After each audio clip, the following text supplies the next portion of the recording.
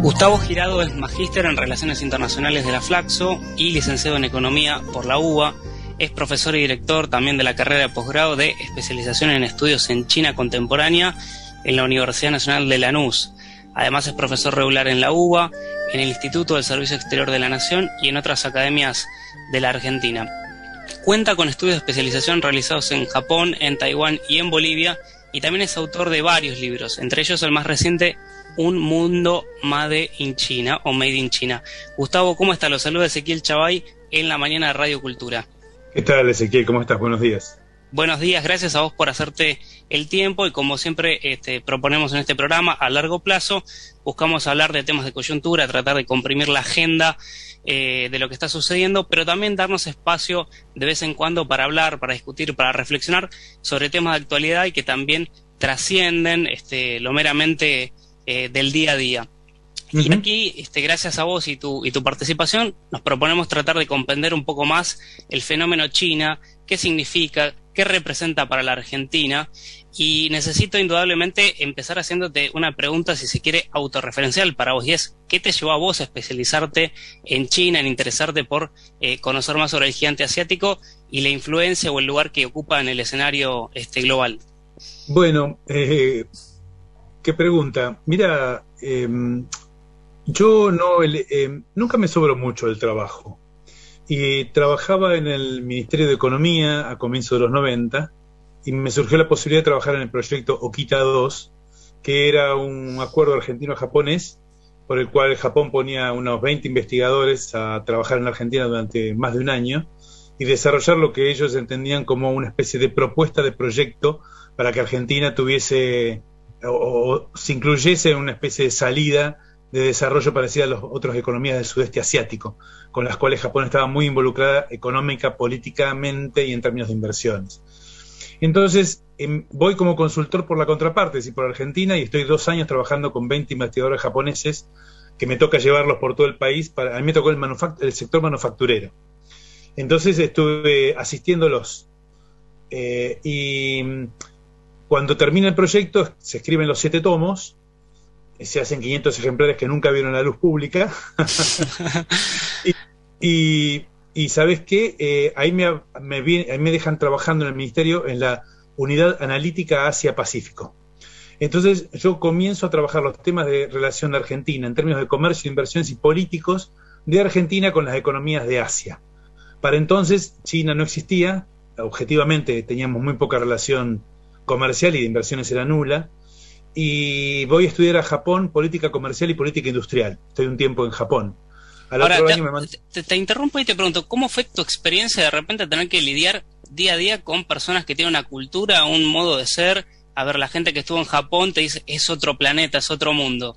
Sí. ¿Qué recordás de eso y cómo te abrió o te permitió también enfocarte en algo que desde nuestra propia idiosincrasia seguramente emerge y requiere derribar muchas barreras mentales?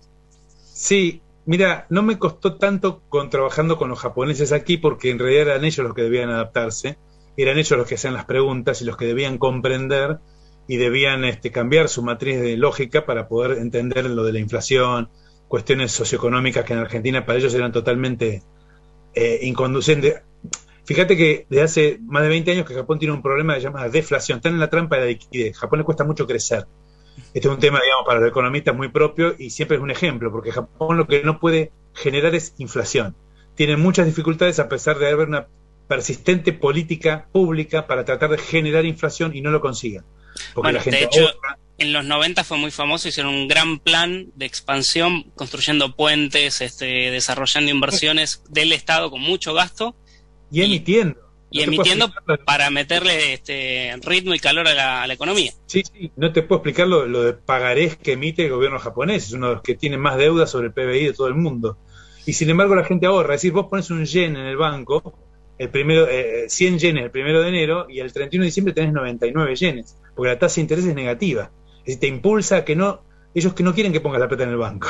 Quieren que la gastes. Quieren que la gastes, si no lo consiguen. Pero bueno, el más fuerte para mí fue ir a estudiar a Japón, porque allí estuve haciendo mucho layout de fábricas y me llevaron a ver muchas empresas. Estuve un par de meses allá y eso fue más fuerte, y de allí me traje mucha literatura para el ministerio, me traje mucho material y me fui medio yendo para el lado de la economía internacional y naturalmente para estudiar a fondo el modelo asiático de desarrollo y el rol de Japón en todo esto. Y si vos estudias el rol de Japón, estudias la Segunda Guerra. Si estudias la Segunda Guerra, te chocas con Estados Unidos y la Guerra Fría. Entonces esos temas pasaron a ser estar muy en el día a día personal. Y ¿sabés qué? Cuando todo esto estaba sucediendo, yo pasé por muchos distintos ámbitos del espacio público, después fui a Cancillería, después fui a lo que era la Secretaría de Agricultura, que ahora es Ministerio. Ya me fui quedando con el paquetito de la mochila del tema asiático. Entonces, cuando iba a trabajar con un secretario de Estado, con un ministro, yo era el que sabía, se suponía que sabía de Asia. O sea, a los orientales te los mandaban a vos.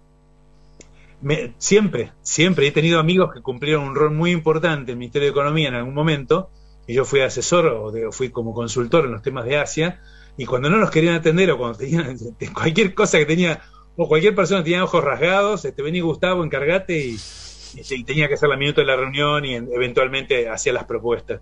Ahora, te quiero hacer dos consultas más antes de ir más, si se quiere, a los fierros, a lo duro. Una es, vos sos lo que se conoce como un sinólogo, es decir, un especialista en China. ¿Cómo es para un argentino especializarse o profundizar en eso? ¿Es necesario conocer, poder hablar el idioma, leerlo? ¿Cómo fue tu aproximación, si se quiere, en este camino o en este gradiente de ir acercándote y unir puentes y bueno, evaluar eventuales vinculaciones e intercambios? Bueno, justamente diste en el clavo, porque yo no me considero un sinólogo. Yo no sé chino mandarín, yo estudié un poco de japonés en su momento, sé francés, portugués, castellano, inglés, pero yo no sé chino y no me cuesta me costó cuando intenté. Y la verdad, no pretendés ir en ese camino tampoco. No, es que acá hay un punto importante. Vos me estás preguntando esto y yo debo tener más del doble de tu edad. Entonces hay un punto que China aparece en un momento en que se puede viajar a China. Yo te quiero decir que soy uno de los primeros becarios estudiando en Japón, de los primeros de Argentina. Quiero decir que cuando todo esto empieza yo estaba haciéndolo, pero hoy por hoy esto es común. La vinculación en términos de cooperación con Corea, con Japón y con China es impresionante. Las posibilidades que tienen la gente joven de hoy de vincularse, ir a estudiar, progresar allí, hacer negocio, todo eso es extraordinario y me felicito a mí mismo por lo que me tocó hacer, pero yo no, en absoluto la gente de mi generación tuvo esa posibilidad. Por eso yo no estudié esa lengua, porque yo ya encaré todo esto muy de grande, y la verdad que para mí el costo de entrada era muy alto. Te hago una consulta más también dedicada, digamos, al ciudadano a pie y al que uno le representa y le habla de China, e inmediatamente seguro la primera referencia que tiene es el supermercado chino. Hubo una vinculación muy fuerte, digamos, un desembarco en varias provincias de la Argentina, no en todas la presencia, digamos, de esta referencia es lo que la gente entiende. Te pregunto un poquito sobre el fenómeno digamos, que está muy próximo y palpable para la gente, y también saber si dentro de tu estudio, si lo has investigado, o más bien desde tu aproximación o reflexión más ligera, ¿qué representa o qué entiende un argentino de lo que es China? Bueno, entiende, en general... entiende que es un chino, como decimos ahora. No, pero hay una... No, está bien lo que decís. El punto es en mi pequeño universo, la gente que está vinculada con los temas orientales sabe, ¿sí? Yo di clase en la Escuela de Estudios Orientales de la Universidad de El Salvador, enseñaba economía de Asia. Entonces, si esas fueron luego mis compañeros de la profesión, la gente con la que me vinculé en seminarios, cursos. Entonces, yo siempre hablo de un pequeño universo con el cual yo participo, que estamos vinculados de alguna manera con los temas de China y Asia en general. Entonces, en este pequeño mundo, la gente sabe, ¿se entiende? Es conocedora. Ahora, yo me salgo del árbol, veo un poco el bosque y te digo que había unos 15.000 supermercados de proximidad, deben quedar unos 12.500, de los cuales una gran parte están en manos de capitalistas, pero que son de origen taiwanés, es decir, de la isla de Taiwán y no de China continental. Que vos sabés que hay una disputa política ahí por la soberanía, porque para la República Popular China, Taiwán es una provincia rebelde, y hay 14 economías en el mundo que reconocen que Taiwán es la continuidad de la República de China del comienzo del siglo XX. Entonces, esa disputa política que hay entre ellos, entre la misma etnia china, no se manifiesta en Argentina con la fiereza que se manifiesta en otros lugares del mundo. Aquí hay una convivencia muy importante. Por eso gran parte de esos capitalistas, dueños de los supermercados, están llenos de empleados de China continental. Y esto es interesante para comprender el fenómeno, porque esta familia trabajadora que tanto te sorprende aquí, allá forma parte del paisaje urbano. Y si hay un domingo y los bancos están abiertos, ¿viste? Tenés que comprender que allá no se cobran horas extras, porque la gente entiende de una manera muy diferente aquí en el hemisferio occidental, a que ellos, sinceramente, hay una sensación de que viven para trabajar. Mientras que aquí el trabajo forma parte de la vida, digamos, ¿no? Uno trabaja para tener la posibilidad un sustento o disfrutar. Sí, y allá la vida de un coreano, digamos, el nivel de vida en Corea es muy alto, por ejemplo, o el nivel educativo particularmente, es un nivel tecnológico, ni que hablar, pero es una sociedad que claramente es muy distinta a esta, y vos no podés tomar aspectos de aquellas sociedades para aplicarlos aquí en forma automática como si fuera una receta. Entonces la distancia, para resumirte, la distancia cultural es mucho mayor que la geográfica. Entonces nos cuesta mucho comprender al diferente, porque siempre nos costó, aquí estando en el sur del sur, siempre tuvimos un tema nosotros mismos, digamos, con nuestra supuesta centralidad, mientras que en el resto del mundo prácticamente no existimos. Y nos cuesta admitirlo, nos cuesta verlo, pero cuando te vas de acá te das cuenta muy fácilmente. Entonces, yo en lo personal soy muy criterioso y, digamos, no te digo contemplativo, pero me doy cuenta de las dificultades que hay y la necesidad de subsumir, digamos, en una ligera expresión, una gran cantidad de ignorancia. Entonces, a lo que puedo aspirar es a participar y no se piense que de esta manera, como comprendemos nosotros las cosas, es la única forma de comprenderlas en el mundo. Es más, les suelo trazar una línea imaginaria en una parte de China y les muestro, miren, acá está más de la mitad del mundo. En este círculo que está acá en mi mano, existe más de la mitad de la población del planeta. Y te digo que una gran parte, 3/4 partes de esa población, no sabe que vos existís. No, pero Messi, Maradona, Fangio, Monzón, ¿viste? Entras con esas pavadas, el Papa, ¿viste? Sí, algunos núcleos urbanos de ciertos países, ¿sí? A esa gente la conocen, pero ni siquiera son su deporte preferido, por decirlo así, o políticamente están preparados. Así que no, las cosas son muy distintas, Chavay, y no me parece que hay que hacer un laburo misionario enorme, y en eso estamos. Estamos hablando con Gustavo Girado, que él es magíster en Relaciones Internacionales de la Flaxo, licenciado en Economía, especialista en China, y hablando un poco del relacionamiento, del vínculo que tiene la Argentina con este gigante asiático, si no es la primera economía del mundo, en muy pocos años lo será, desplazando la hegemonía que tiene los Estados Unidos, y también vinculándolo con Estados Unidos. En la historia reciente, en el vínculo entre ambos países, se habla de, el puntapié que hizo al acercamiento de China y los Estados Unidos fue aquel viaje, si no me equivoco mal, a comienzos de los años 70, del presidente Nixon, que abrió las puertas como un acercamiento. Volviendo y trayendo esa imagen al vínculo entre la Argentina y China, ¿dónde marcarías que hay un antes y un después, un hito, un mojón en el vínculo bilateral? ¿Fue una iniciativa argentina la de aproximarse a China estratégicamente? ¿Fueron los chinos los que tomaron la iniciativa? ¿Y por qué? ¿Qué causales o qué motivos hay detrás de algo que, llegada a la postre y en la actualidad, motiva y millones de interpretaciones, de lecturas acerca del posicionamiento argentino referido a un montón de temas, y en lo inmediato una visita que fue hace 2 meses nada más del presidente Alberto Fernández a Beijing? Cuando te referiste a la visita de Nixon-Kissinger, había una necesidad norteamericana muy importante de sostener lo que era la Guerra Fría en ese momento, cuando ya la ex Unión Soviética daba algún signo de su debilidad, que a la postre en 1990 termina reventando, ¿no es cierto? Sí. Pero hacer que China progrese fue parte de la política norteamericana. Entonces el acercamiento político hizo que hubiese un reconocimiento en Naciones Unidas de la República Popular como la continuidad de China. Hasta ese entonces no, era China comunista, los que se comían a los niños.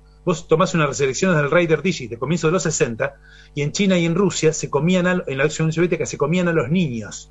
Para que veas lo que decía la literatura, que en castellano bajaba del Departamento de Estado para todo el mundo hispanoparlante del sur del Río Bravo.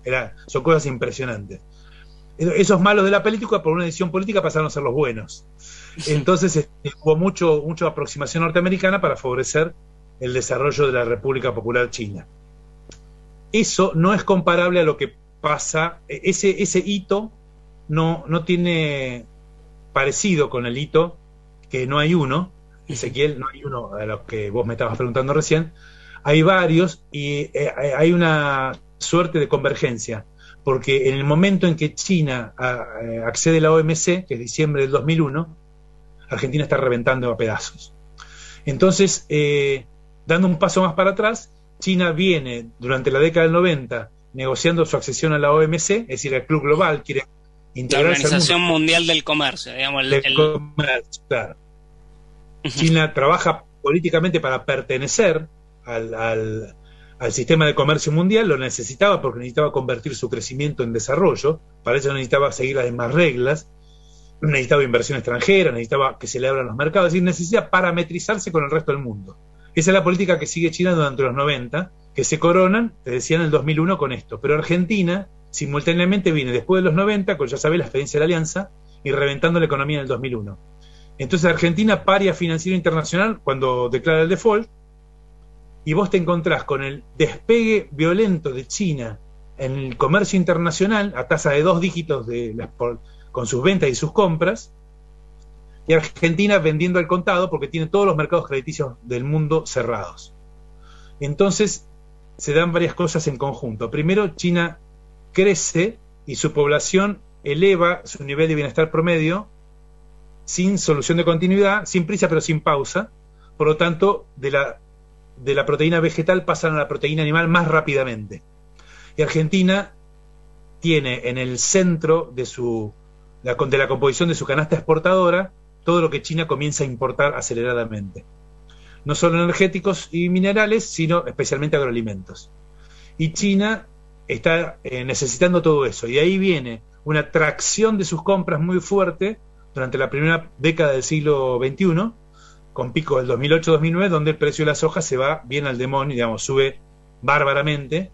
Y eso le permite a Argentina vivir al contado. Por ejemplo, es lo que permitió la AUH, lo que permitió que tuviésemos una cobertura de jubilaciones de más del 90%. Estoy hablando del gobierno de Carlos Néstor Kirchner y del primer gobierno de Cristina Kirchner, básicamente el primero. Entonces hay una conjunción y hay que pasar a Argentina. Cuando vos tenés una continuidad política en Argentina, que es los 4 años de Néstor Kirchner, los primeros 4 años de Cristina Fernández de Kirchner, vos tenés una continuidad en tu política exterior que, con todo el hemisferio norte occidental que te había cerrado el grifo y que te está apretando para que vos pagues la deuda, ahí tenemos la negociación, tenemos todo el combo. Todo el combo argentino, digamos, que lo tenemos en correr, pero forma parte de la escena. Vos tenés que China requiere mucho de lo que vos estás vendiendo, entonces comienza a demandarte mucho de lo que vos vendés. Y Argentina progresa porque encuentra que China le abastece de todo aquello que China tiene una oferta exportable clásica: financiamiento, infraestructura y tecnología, que es tu demanda insatisfecha. Y vos tenés como oferta excedente lo que es demanda insatisfecha de ellos. El match es perfecto. Era de alguna manera eso que mencionás, una demanda en el segundo gobierno, si se quiere, kirchnerista, en el primer mandato de Cristina Fernández, y lo sigue siendo hoy día, porque vos me sabrás notar seguramente matices respecto de la gestión con el cambio de signo político, pero hoy día, digamos, volvemos y seguimos mirando a China por eso, buscando financiamiento, buscando infraestructura, y China sigue mirándonos como aquel mercado proveedor de alimentos. Sí, pero eso es porque vos me llamaste para hablar de China, no para hablar de Argentina. Cuando hablamos de Argentina tenemos otro programa. Y nuestras limitaciones de poder romper eso, bueno, permitime decirte, no es que los chinos te compren eso porque son malos, te compran lo que vos tenés para vender y en lo que sos competitivo. porque con mucho gusto, no tengo duda que China te compraría transistores o te compraría semiconductores o partes de aviónica, pero vos no sos competitivo en eso porque no lo haces. Entonces se lo compran a los italianos, a los alemanes, ¿no? A los británicos, que están encima, están 20 días más cerca de viaje en barco, por decirlo así. Vos competís con Australia, Nueva Zelanda, Canadá y lamentablemente con Estados Unidos de Norteamérica, que es un proveedor de agroalimento de clima templado igual que vos. Entonces, vos tenés un problema importante. Gustavo Girado, especialista en China. Veníamos hablando en el programa acerca de la vinculación, la integración que tienen complementaria la Argentina y China. Nos habíamos metido en el capítulo económico y al respecto, esa materia o ese vínculo que tienen ambos países tuvo en los últimos meses novedades, porque en el reciente viaje del presidente Alberto Fernández, la Argentina ratificó o suscribió su incorporación a una iniciativa geopolítica muy ambiciosa de China que tiene que ver con la iniciativa de la ruta y la seda. Contanos, Gustavo, de qué se trata esto y qué significa también para China respecto a la región y también las oportunidades que se abren desde la Argentina al respecto. Mira, Ezequiel, la iniciativa de la nueva ruta de la seda es una especie de reverdecer de la milenaria ruta de la seda del escrito Marco Polo de hace 2000 años atrás. Digamos, juega con ese imaginario, y es el proyecto político de cabecera del presidente Xi Jinping. Tiene origen allá, origen nominal al final de la primera década del siglo XXI, y tiene origen en la mesa chica, digamos, del presidente Xi Jinping antes de que fuera presidente. Pero una vez en el poder, él hace de esto el mascarón de proa del proyecto del Politburó. Y la nueva ruta de la seda, o Belt and Road Initiative, iniciativa de la franja y la ruta, como es la traducción que ahora se ha difundido, la BRI, la BRI es el proyecto de infraestructura más grande del mundo, que tiene en origen 3 rutas marítimas y 3 terrestres. Vos mirás el mapa de frente, desde el este de China, es decir, donde está la capital, Beijing, hacia, cruzando todo el Cáucaso, todo China, el Cáucaso meridional, Medio Oriente, Europa del Este, y llegando hasta Lisboa, en Portugal, e incluso a Londres, toda una vinculación a través de infraestructura que China planea desarrollar, y que lo está haciendo, por cierto, a través de relaciones bilaterales muy particulares que establece con los países que adhieren a la iniciativa. Y lo mismo sucede con 3 rutas marítimas que van desde por el Mar del Sur de China, pasando por abajo de la India, el Índico, y llegan hasta el Cuerno de África, ahí en Somalia, haciendo una especie, no paralelo, pero sí una simultaneidad con las rutas de los cargueros que traen el petróleo y traen la riqueza mineral de el África. Entonces, eso es en origen. Y ahí es un proyecto bastante flexible porque, si bien se piensa en una gran cantidad de proyectos de infraestructura, no necesariamente todo lo que se plasma en origen es lo que luego se desarrolla. La iniciativa consiste en una adhesión voluntaria de las economías al proyecto, a través del cual un menú de proyectos del país receptor se ponen a disposición de los intereses chinos para desarrollarlos en conjunto. Entonces, digámoslo brevemente para la tribuna, China tiene el financiamiento, la tecnología y la capacidad operativa para desarrollar, por ejemplo, puertos, aeropuertos, ferrocarriles, autopistas en un país vecino. Ponele Filipinas, Camboya, Myanmar, así, Tailandia, por ahí. Y lo que China trata es de ir con sus intereses a tratar de captar de los locales, primero al gobierno, luego a los capitales privados o públicos de ese país, que luego tienen que tener el ok público, es decir, el ok del parlamento del lugar, para poder hacer que el proyecto tenga algún tipo de determinada garantía, y con, como te decía, financiamiento chino en general, para lo cual China creó un banco, el Banco Asiático de Inversión e Infraestructura, que es mucho más grande que el Banco Mundial, para que te des una idea. Con ese financiamiento y las capacidades tecnológicas chinas, van y desarrollan ese proyecto. Tiene claroscuros, por supuesto, porque muchos países no están tan abiertos de billetera fácilmente como para asumir una deuda, porque genera una deuda. Esto no es un juego de carmelita descalza, Ezequiel. No estamos hablando de donaciones, ni mucho menos. Estos son negocios. Y en estos negocios, lo interesante es que China te pregunta qué es lo que precisás desarrollar. Y te dice, bueno, nosotros nos gustaría, nos conviene en términos comerciales hacer este asfalto acá, porque es donde yo te mandaría los camiones con mercancías, pero vos también me puedes mandar tus camiones con mercancía por acá. Pero yo pienso primero en mis camiones de mercancía que van a ir para allá. O me gustaría hacerte este tren porque vos no tenés. Pero fíjate que luego en ese tren, cuando vuelve, puedo traer tus cosas también.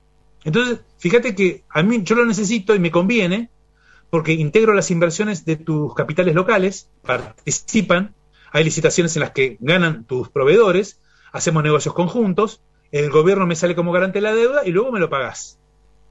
Me pagás el préstamo que yo te di, a la tasa que negociamos. Entonces, tienen muchísimas aristas y no todos adhieren abierta y fácilmente a esto.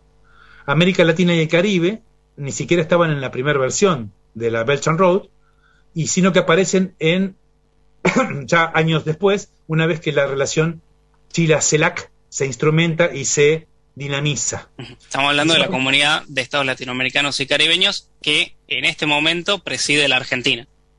Claro, y que es la vieja, o es la OEA, más Cuba, menos Canadá y Estados Unidos. Menos Brasil, en estos momentos. No, Brasil está en la CELAC. Ah, bueno, está medio alejado, tenía entendido. No, alejado, además hay mucho más que Brasil alejado. Pero bueno, y ahí tenés, bueno, estaba el UNASUR, después tuvo el PROSUR. Vos tenés los problemas. No, en el barrio, vos tenés que ir a China a encontrarte con funcionarios chinos para enfrentarlos y que te pregunten, ¿me puedes explicar un poco qué pasa allá en Latinoamérica? Porque no entendemos. En Chile crecía, pasaba esto y de repente una revuelta y cambia la Constitución. Bueno, y ahí Gustavo Girado va a aparecer como recién decir, bueno, pero eso lo tenemos que tratar en otro programa, porque no tengo 2 horas y media para aclararte los bolonquis del barrio. Sí, pero ¿sabes qué feo cuando te preguntan por qué tenés 50% de hambre y 20% de tenés pobreza y tenés indigencia cuando haces comida que te sobra, digamos? ¿Por qué tenés inflación bueno, se acaba de difundir un índice muy alto de inflación? ¿Por qué te pasa eso si justamente en alimentos cuando vos tenés comida? No, es difícil, y vos lo que debes explicar es las democracias liberales de Occidente, pero nosotros también somos democráticos.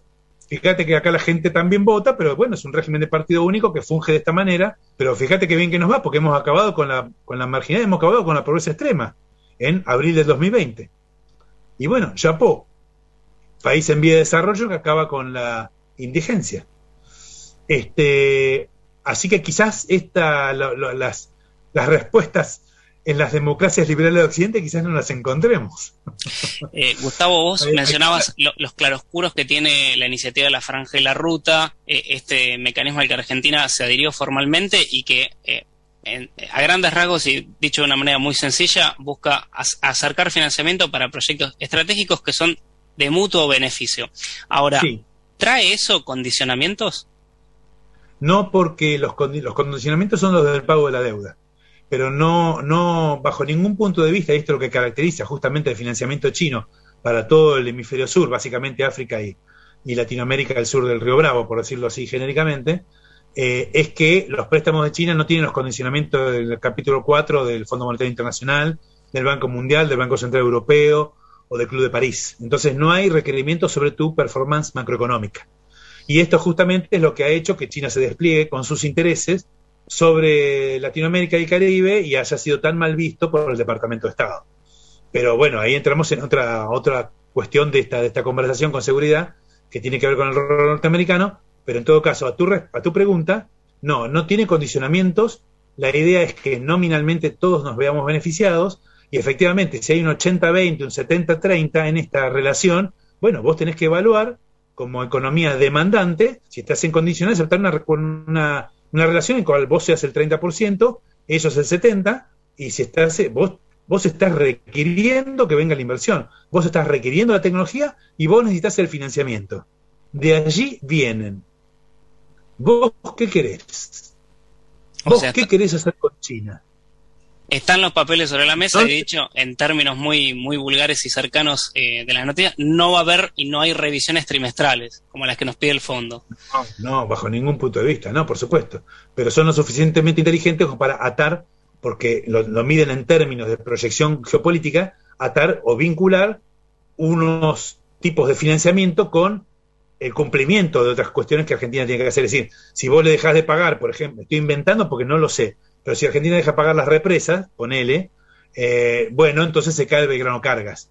¿Por qué? Porque el fondeador es el mismo, en definitiva, y las garantías están cruzadas. Entonces, habiendo garantías cruzadas, si vos incumplís alguna parte de los... Entonces, tenés que abordarlas en términos sistémicos, y está bien, digamos, porque ellos también son empresas estatales, donde el Politburó pone gran parte de su capital político para que esto le vaya bien, y obviamente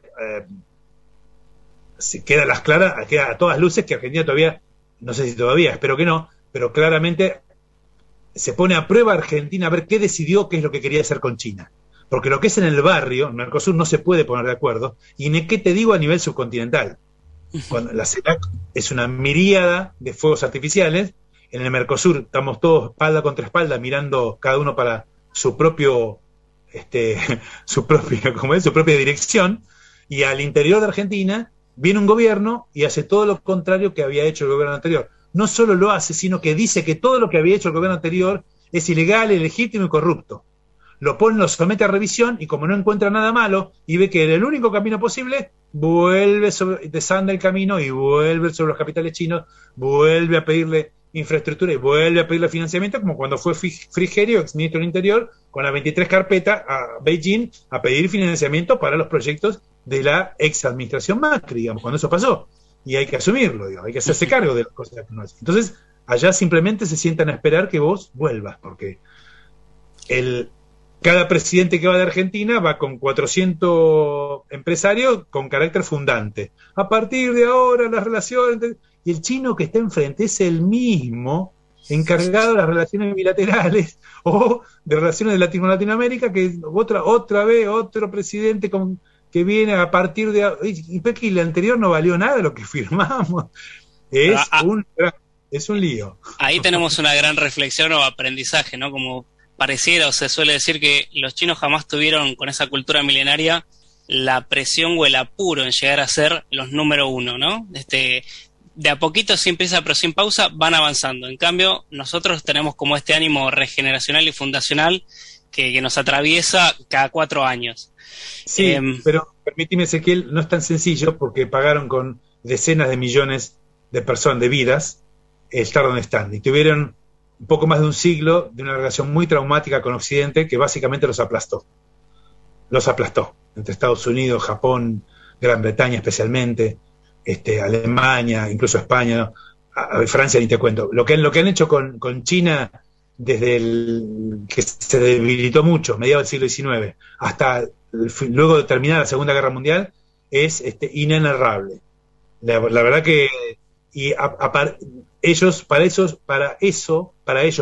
eso fue anteayer, porque tienen una concepción temporal muy diferente, está Confucio en el medio, y para lo que nosotros está en el libro de historia, para ellos sucedió la semana pasada. Es la herida abierta. Sí, es una herida, y no sé si herida, pero todo forma parte del presente. Entonces, como todo vuelve, están pensando que están volviendo a ser la misma economía que eran en 1821, cuando eran un tercio de la riqueza mundial. Y hoy por hoy están muy cerca de volver a expresar un tercio de la riqueza que se genera anualmente en todo el mundo. Por lo tanto, su dinámica está volviendo a parecerse a la que tenían entonces. Vos lo mencionaste varias veces, es ineludible, imposible omitir el papel de los Estados Unidos, no solo con la relación de rivalidades con idas y vueltas, con cambios en las diferentes administraciones. En lo más cercano en el tiempo tenemos esta llamada guerra comercial, esta autoimposición de aranceles durante el gobierno de Donald Trump, cambios, si se quiere, en lo que es la política ahora con Joe Biden, pero también mirando hacia la Argentina y hacia la región, estas ambivalencias de la Casa Blanca respecto de, bueno, frente a un avance de China, eventualmente una reacción para intentar no perder tanto el campo. Y así todo, soluciones o por lo menos promesas que después quedan incumplidas. Pienso en diferentes iniciativas que la administración Trump tuvo dirigidas a prometer bajo ciertas condiciones o a futuro capitales para inversiones y demás que parecían asimilarse o presentarse o por lo menos interpretarse desde la prensa, no muchas veces con el tiempo necesario para meterse en los detalles, como una búsqueda de hacer contrapeso a la presencia china. ¿Cómo analizás ese escenario y qué reacciones ves que genera y que seguirá generando, bueno, este vinculamiento cada vez más estrecho entre Beijing y América Latina y el Caribe, siendo, bueno, esa concepción todavía vigente en muchos espacios de poder estadounidense de Latinoamérica y el Caribe como el patio trasero? Bueno, ¿qué es lo que va a pasar, Ezequiel? No lo sé. Lo que sí, permitime darte un poco de carne con el tema que hiciste mención de Trump y Biden, y no solo... dijiste bien en que no hay, en que hay diferencias, pero parece que la diferencia es solo nominal, y te diría que incluso el gobierno de Joseph Biden es incluso más agresivo. Hay una diferencia de maquillaje, como lo escribí hace 4 años atrás, más o menos, de lo que iba a ser un futuro gobierno demócrata, cuando lo de Trump se venía medio mal, porque el poder en Estados Unidos es mucho más manifiesto en el Parlamento, en el Congreso norteamericano. Y el Congreso norteamericano, donde están los demócratas y los republicanos, dividiéndose las comisiones, si vos ves la documentación de las comisiones de telecomunicaciones, de la Comisión de Defensa, de la Comisión de Relaciones Internacionales, las propuestas de esas comisiones al Poder Ejecutivo norteamericano son durísimas y feroces respecto de lo que el Ejecutivo norteamericano debería hacer con China. Me animo a decirte con esto que, como muy bien dijo el expresidente Donald Trump, Xi Jinping es un amigo, es una persona muy inteligente, que hace mucho y muy bien por el pueblo chino, y que nos está ayudando mucho con el tema de del problema nuclear con Corea del Norte. Lo dijo el 22 de marzo del 2018.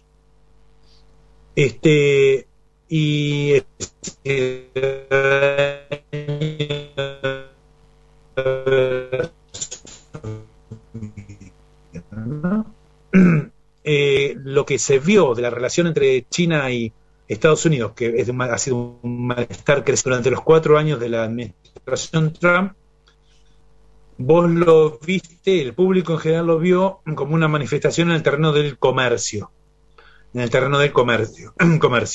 Esto es, había muchos problemas por una escalada arancelaria entre una y otra economía. Pero el problema de fondo, lo que no se ve, era un problema sobre las disputas hegemónicas muy importante, que se da justamente donde todavía hay terreno virgen, que esto es en el plano de las tecnologías más avanzadas, donde se disputa realmente el valor. Esto es donde se concentra el conocimiento, que son las tecnologías del 5, 6G, del Internet de las cosas y de la nube. Allí, China, como economía en vía de desarrollo, y luego de muchos planes quinquenales apuntando a esto, generó empresas que disputan los espacios de hegemonía a las empresas y los estándares en esos segmentos. La Unión Europea tiró la toalla, Vodafone británica, Nokia finlandesa, Siemens alemana, la Ericsson sueca, tiraron la toalla y ya saben que van por detrás 2 o 3 años de Huawei, de ZTE, de ByteDance. Y ese es el terreno en disputa. La Unión Europea, por eso, tanto presiona el gobierno norteamericano. Y yo no estoy tan seguro que el gobierno norteamericano, el Ejecutivo norteamericano, le esté haciendo caso 100% a lo que pide el Congreso norteamericano, que no es exactamente lo que piden las empresas de Silicon Valley, porque son fuertemente dependientes del conocimiento chino, así como los chinos son dependientes del mercado de América del Norte. Digo con esto que las manufacturas se hacen de una manera muy diferente a como se las hacían antes, hay una mutua dependencia o hay una interdependencia muy grande, y en términos tecnológicos, unos son proveedores de otros. Entonces, el desarrollo de unos depende del crecimiento de otros. Cuando ha metido base a la política, esto es la prohibición en época de Trump de que Huawei venda sus productos en el territorio norteamericano, luego las multas a las empresas que abastezcan a quienes abastecen a Huawei, y a hoy que estamos en el tercer anillo, donde se sanciona a las empresas que abastecen a los que abastecen a quienes abastecen a Huawei en el territorio norteamericano, tal que puedan cortarse todas las cadenas de suministro mientras se estimule de la vinculación manufacturera que hay entre empresas norteamericanas establecidas en territorio de China continental. En plena disputa es que acuerdan el fase 1 el 20 de enero del 2020, cuando tiran la toalla los dos y hacen un acuerdo que estuvo vigente en plena pandemia. Entonces, es como que está en plena consideración, se está evaluando el resultado de ese acuerdo de fase 1 que ya venció, pero la pandemia realmente no ha permitido medir las consecuencias, si esto se produjo o no, porque los números no dan de acuerdo a lo que se había solicitado. Lo que sí es cierto es que quien tiene mucho para perder es China, quien tiene mucho por ganar es Estados Unidos, porque justamente en el terreno comercial China le vende a Estados Unidos por más de 500.000 palos verdes, mientras que Estados Unidos le vende a China por 150.000 palos verdes. Entonces, si las piñas se las dan en el terreno comercial, Estados Unidos tiene un menú mucho más amplio para elegir dónde pegar la piña, y a China se le achica mucho el lugar donde pegar la piña. Pero las empresas chinas dependen mucho del mercado externo, por lo tanto el mercado norteamericano es muy importante para China. Y de allí que China ceda y baje la guardia en este terreno durante gran parte de estas negociaciones, como lo hizo durante la mitad del siglo XIX y la mitad del siglo XX. Yo no creo que vaya a ser de la misma manera las consecuencias de todo esto. Gustavo, nos vamos quedando sin tiempo y desde ya te agradecemos esta gentileza, el tiempo que le has dedicado, casi todo un programa para tratar de conocer un poco y de presentarle a la gente un panorama mucho más amplio de lo que tiene que ver en lo que es China hoy en día y también en lo que hace hacia el vínculo para la Argentina y la presencia de ellos, de este gigante asiático en la Argentina. Yo te quiero preguntar, ya que hablabas de una de las disputas fuertes que tienen con Estados Unidos en el tema de las telecomunicaciones, y acá en la Argentina se ha escuchado hablar de el interés de empresas chinas de desarrollar la tecnología 5G, de avanzar. También hay otro área donde parece sensible y donde Estados Unidos da señales de no estar conforme en los pasos que da el gobierno, y que tiene que ver con la energía. Y particularmente te menciono, aunque no me detengo o no me limito solo a eso, el tema de la energía nuclear, porque hace muy poquito se aseguró el financiamiento chino para desarrollar una nueva central nuclear en la Argentina, y hay algunas visitas de muy alto nivel que sucedieron en los últimos días de funcionarios estadounidenses que habrían puesto algunos reparos. ¿Cómo se inscribe esto en la lucha que mantienen los dos gigantes y también con una mirada un poquito más de largo plazo en lo que tiene que ver con el posicionamiento argentino en un área muy sensible que está atravesada por los desafíos por dejar atrás los combustibles fósiles, por abrazar las energías renovables y también para asegurar insumos para poder desarrollar y hacer crecer la producción de cada país? Bueno, empiezo por el final, porque la primera parte de tu pregunta tiene una respuesta muy cortita. El final es que China es uno de los mayores contaminantes del mundo, al igual que Estados Unidos y Norteamérica. A diferencia de Estados Unidos, ha adherido, digamos, no solo a los diversos protocolos globales desde París, Kioto, sino que China ha cumplido con las metas del milenio y pone mucha plata para tratar de cambiar su matriz energética, porque China tiene un 73% de composición en carbono vegetal. Y carbón, quise decir. Entonces, China es muy contaminante a nivel global. Quema carbón para hacer energía. Sí, tal cual. Entonces, China es consciente de eso, pero fíjate, te voy a mostrar la otra cara de la misma moneda. China es vanguardia tecnológica en energías limpias y en verdes y en renovables. Entonces, ha puesto mucha plata desde hace 2 planes quinquenales de esta parte en desarrollar y quiere convertirse para el 2035 en vanguardia tecnológica en energías limpias y otros 10 sectores en el plan Made in China 2025 ampliado al 2035. Diseñó unos 20 sectores en los cuales tiene la decisión política de convertirse en vanguardia tecnológica. No lo es aún, pero hablamos de vehículos que no utilicen combustible fósil, tecnologías inteligentes, 5G, 6G, hay toda una serie, bueno, búsquenlo en internet, no me lo quiero acordar hoy, no quiero perder tiempo con esto, pero son sectores en los cuales China cree que puede convertirse en vanguardia donde pone plata. Ahí encontrás energías renovables y por eso están muy presentes las empresas chinas cada vez que hay licitaciones, por ejemplo, en eólica, y las hubo justamente con el gobierno de Macri, lo voy a decir porque la verdad que hubo mucha presencia de capitales chinos en la participación de esas licitaciones. Así que en el tema energético es un aspecto central al desarrollo de China hoy, porque siempre la energía hace a los aspectos centrales del desarrollo geopolítico. Creo que Ucrania y Rusia me dejan totalmente sin habla, en el sentido que estoy... a las pruebas me remito, a los hechos me remito, porque justamente gran parte del lío que está habiendo actualmente con los combustibles están directamente vinculados a las dificultades que hay con el abastecimiento de un proveedor y de un país de tránsito, ¿no? Un proveedor Rusia, el país de tránsito Ucrania, y ambos potencias nucleares también, y con la OTAN atrás. Pero bueno, eso es otra parte de la historia.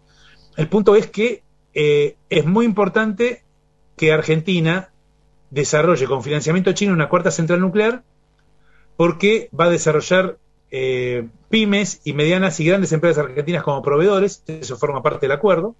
Argentina va a reconvertir parte de su conocimiento tecnológico para ampliar hacia el lugar, el destino donde va hoy la energía nuclear, que tiene que ver con otros proveedores. Ya no es la Candú, sino no nos quedemos con lo canadiense, sino que ahora va para otro tipo de sustrato tecnológico en el desarrollo de esta tecnología nuclear, y Argentina quiere engancharse allí, y me parece muy bien que lo haga de la mano de quien es vanguardia.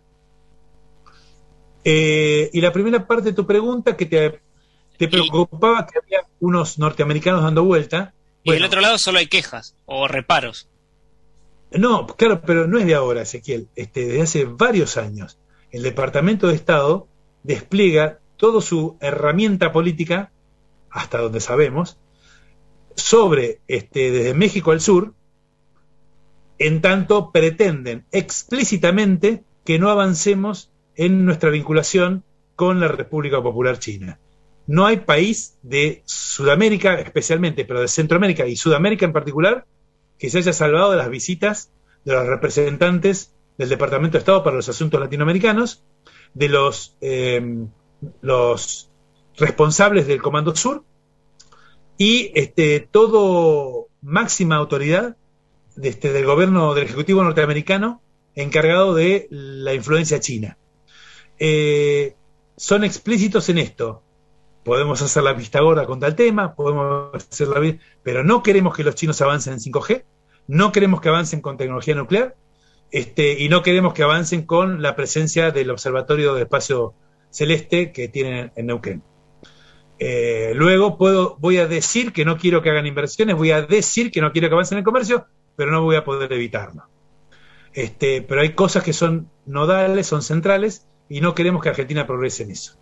Se lo dicen a Chile, a Brasil, a Uruguay, a Paraguay, ni te cuento Paraguay, Bolivia, pero bueno, acá también los gobiernos cambian, y la verdad es que nuestro comercio con Estados Unidos y Norteamérica, le vendemos un litro de biocombustible y lo prohíben el otro día, le vendemos un limón, lo prohíben el otro día, le vendemos un kilo de carne, lo prohíben el otro día.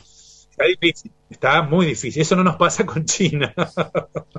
Bueno, es esto que vos decías, ¿no? Y que lo hablábamos. Por un lado, la voluntad, la voluptuosidad de los capitales y los flujos con China, con sus condicionamientos, con sus claroscuros, pero del otro lado una actitud que no parece intentar aparejarse a la que tiene el gigante asiático para con la región, para con la Argentina, y que por lo que vos contás, lo primero que le aparece es, bueno, están intentando tapar el sol con la mano. Gustavo, te agradecemos muchísimo esta comunicación, esta entrevista larga, profunda aquí en este programa que llamamos A Largo Plazo, y te vamos a seguir molestando alguna que otra vez, pero más cortito quizá, o con otras historias en muchos bises. Bueno, haceme preguntas más específicas, porque si me decís composición tema de la vaca, yo no paro de hablar, es tu problema. Muchísimas gracias por comunicarte con nosotros. Era Gustavo Girado, magíster en Relaciones Internacionales, licenciado en Economía, un profuso académico y especialista en China sin llamarse sinólogo. Y con esto, bueno, nos vamos despidiendo seguí aquí conectado en el aire de Cultura 97.9 y yo te despido hasta el martes que viene. Un gran abrazo y la seguimos.